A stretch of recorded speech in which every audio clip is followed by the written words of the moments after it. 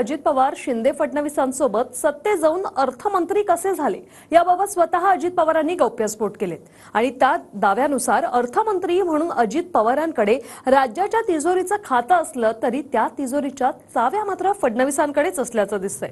काय म्हणाले अजित पवार? अजित पवारांनी कसं मिळवलं अर्थ खातं पाहूया। राज्याच्या अर्थ खात्याची तिजोरी दादांकडे पण चावी फडणवीसांच्या हाती। फडणवीसांचं वर्चस्व मान्य केल्यानंतर अर्थ खातं मिळालं। अजित पवारांचा गौप्यस्फोट। फडणवीसांना स्वतःकडेच ठेवायचं होतं अर्थ खातं, मात्र एका अटीनं ते अजितदादांकडे। अर्थ खातं कसं मिळालं यावरून अजित पवारांनी औपचारिक गप्पांमध्ये मोठा गौप्यस्फोट केला। जेव्हा अजित पवार सत्तेत गेले तेव्हापासून ते फडणवीसांकडचं अर्थ खातं घेणार अशी चर्चा होती। मात्र अर्थ खात्यातल्या निधी वाटपावरून शिंदे गट बाहेर पडल्यानं पुन्हा अजित पवार अर्थमंत्री होणार का याचे वेगवेगळे कयास बांधले जात होते। मात्र देवेंद्र फडणवीसांकडचं अर्थ खातं अजित पवारांना दिलं गेलं, पण तिजोरीच्या चाव्या देताना दिल्लीत अजित पवारांपुढे एक अटही घातली गेली। काही दिवसांपूर्वी अजित पवारांच्या अर्थ खात्याला शिंदे फडणवीसांनी एक फिल्टर लावलं, म्हणजे अर्थमंत्री म्हणून अजित पवार ज्या काही मोठ्या फाईलींवर निर्णय घेतील ती फाईल थेट मुख्यमंत्र्यांकडे मंजुरीसाठी न जाता आधी उपमुख्यमंत्री देवेंद्र फडणवीसांकडे। फडणवीसांच्या टेबलवर त्या फाईलची पडताळणी होईल। जर फडणवीसांनी त्या फाईलला ग्रीन सिग्नल दिला तर ती फाईल पुढे मुख्यमंत्री शिंदेंच्या टेबलावर अंतिम स्वाक्षरीसाठी जाईल। मात्र हा निर्णय महाराष्ट्रात नव्हे तर दिल्लीत अमित शहांच्या बैठकीतच झाल्याची माहिती अजित पवारांनी दिली। अजित पवार अनौपचारिक गप्पांमध्ये म्हणाले की देवेंद्र फडणवीस यांचं वर्चस्व मान्य केल्यावर अर्थ खातं मिळालं। मी अर्थमंत्री झालो तरी फडणवीसांकडे अर्थ खात्याची प्रत्येक फाईल जाईल असा निर्णय दिल्लीत अमित शहांच्या बैठकीत झाला। त्यानंतर मला अर्थ खातं मिळालं।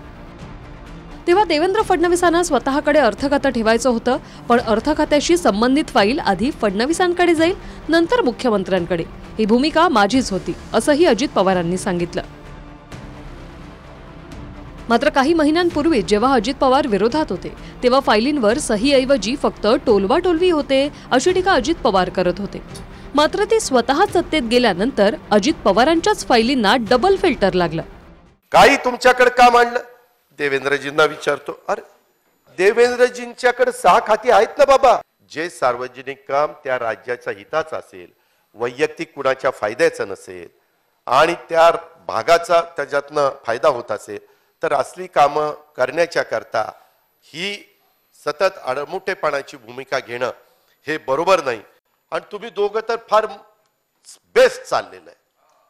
देवेंद्रजींना काही विचारलं, मुख्यमंत्र्यांची संमती आणा, आणि त्या महाराजांना विचारलं मुख्यमंत्री महोदयांना, देवेंद्र म्हणले की मी केलं, झालं। ही नुसतं इकडून तिकडं तिकडून इकडं टोलवाटोलवी चालली।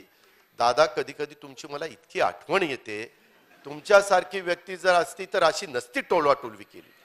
मला माहिती आहे आमचा कोल्हापूरचा ढाढ्या वाघ, पण त्यांना 1-2 डिपार्टमेंट दिलेत साधे आणि त्यांना बाजूला ठेवलंय आणि स्वतः 6 महत्वाची डिपार्टमेंट घेतली आणि ह्या पद्धतीचं राजकारण करता बरोबर नाही। तुम्हाला अक्षरशः तळतळाट लागेल ह्या लोकांचा। झाला कशा करता 2-2.5 महिने घालवायचे? सर्वसामान्यांचं सरकार आहे ना, सांगितले की लगेच आदेश निघाला पाहिजे। वाट कुणाची बघताय? काय झालं? मुख्यमंत्री मंत्र्यांनी शेरा नोंदवला तरी छाननी नंतरच कार्यवाही करावी। मंत्री महोदय 10 जानेवारी 2023 ला सामान्य प्रशासनाने पत्र दिलंय। अरे बघ कशाला मंत्री म्हणून तिथं बसताय? त्याच्यामध्ये तुमचा आदेश तो फायनल आदेश। पण सत्तेत गेल्यानंतर अजित पवारांनी स्वतःच्या गटासाठी अनेक महत्त्वाच्या गोष्टीही पदरात पाडून घेतल्या। पहिलं म्हणजे सत्तेत गेल्यानंतर अजित पवारांनी फडणवीसांकडचं अर्थ खातं आग्रहाने मिळवून घेतलं। त्यानंतर स्वतःकडच्या नेत्यांनाही अनेक महत्त्वाची खाती मिळवून घेण्यात अजित पवारांना यश आलं। चंद्रकांत पाटलांना हटवून पुण्याचं पालकमंत्री पदही अजित पवारांनी काबीज केलं। गेल्या वर्षी शिंदे फडणवीस सरकारनं आणलेलं सहकार सुधारणा विधेयकही अजित पवारांचा गट सत्तेत आल्यानंतर मागे घेण्यात अजित पवार यशस्वी ठरले। दुसरीकडे अजित पवारांकडे अर्थ खातं आल्यानंतर पुरवण्या मागण्यांमध्ये अजित पवारांनी स्वतःचा जुना रेकॉर्ड मोडला। गेल्या जुलैच्या पावसाळी अधिवेशनात अजित पवारांनी 41,000 कोटींच्या पुरवण्या मागण्या सादर केल्या होत्या आणि आता डिसेंबरच्या हिवाळी अधिवेशनात 55,520 कोटींच्या पुरवण्या मागण्या सादर केल्या। फडणवीस जेव्हा 5 वर्ष मुख्यमंत्री होते तेव्हा अर्थ खात्यानं 5 वर्षात 1,91,985 कोटी रुपयांच्या पुरवण्या मागण्या मांडल्या होत्या। मात्र अजित पवारांनी अर्थ खात्याची धुरा हाती घेताच फक्त 6 महिन्यांच्या अंतरात 2 अधिवेशनांमध्ये पुरवण्या मागण्यांचा आकडा 96,520 कोटींवर नेलाय।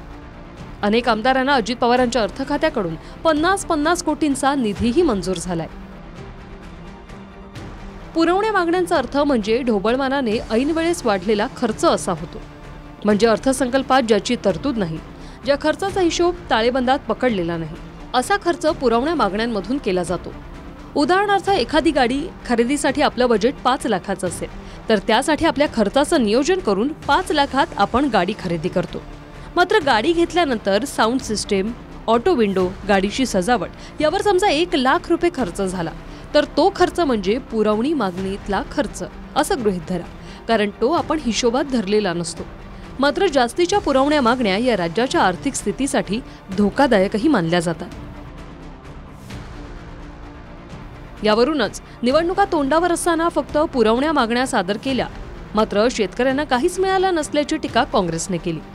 कारण यानंतर मार्च 2024 मध्ये महाराष्ट्र सरकारचा अर्थसंकल्प सादर होईल, मात्र लोकसभा निवडणुकांमुळे अर्थसंकल्प संपूर्ण न मांडता अंतरिम म्हणजे जुलैपर्यंतच मांडता येईल। मला 7 लाख कोटीचं कर्ज घेऊन या सरकारनं या राज्याच्या जनतेवर लादलं। कालचं आपण पुरवणी मागण्या पाहिल्यात, सत्ता पक्षाच्या आमदारांना सगळं दिलं। महाराष्ट्रात आम्ही नाही राहत अध्यक्ष महाराज, आम्ही बाहेरचे लोक आहोत, आम्ही बाहेरचे लोक अध्यक्ष महाराज।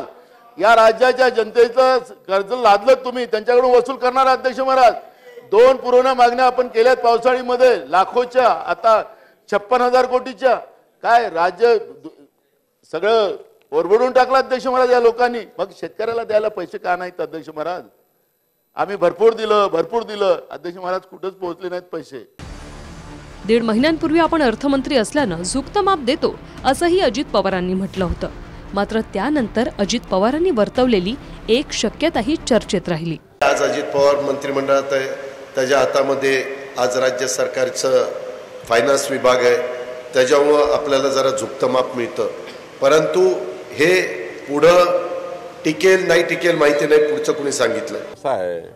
भविष्यात कुणालाच माहित नसतं काही, उद्या काय होईल, उद्या दिवस तुमचा माझा कसा निघेल हा तुम्हाला माहित नसतो। त्यामुळे ते नैसर्गिक स्टेटमेंट आहे, त्याला काही पॉलिटिकल स्टेटमेंट नाही आहे। अजय धनजी, TV9 मराठी, मुंबई।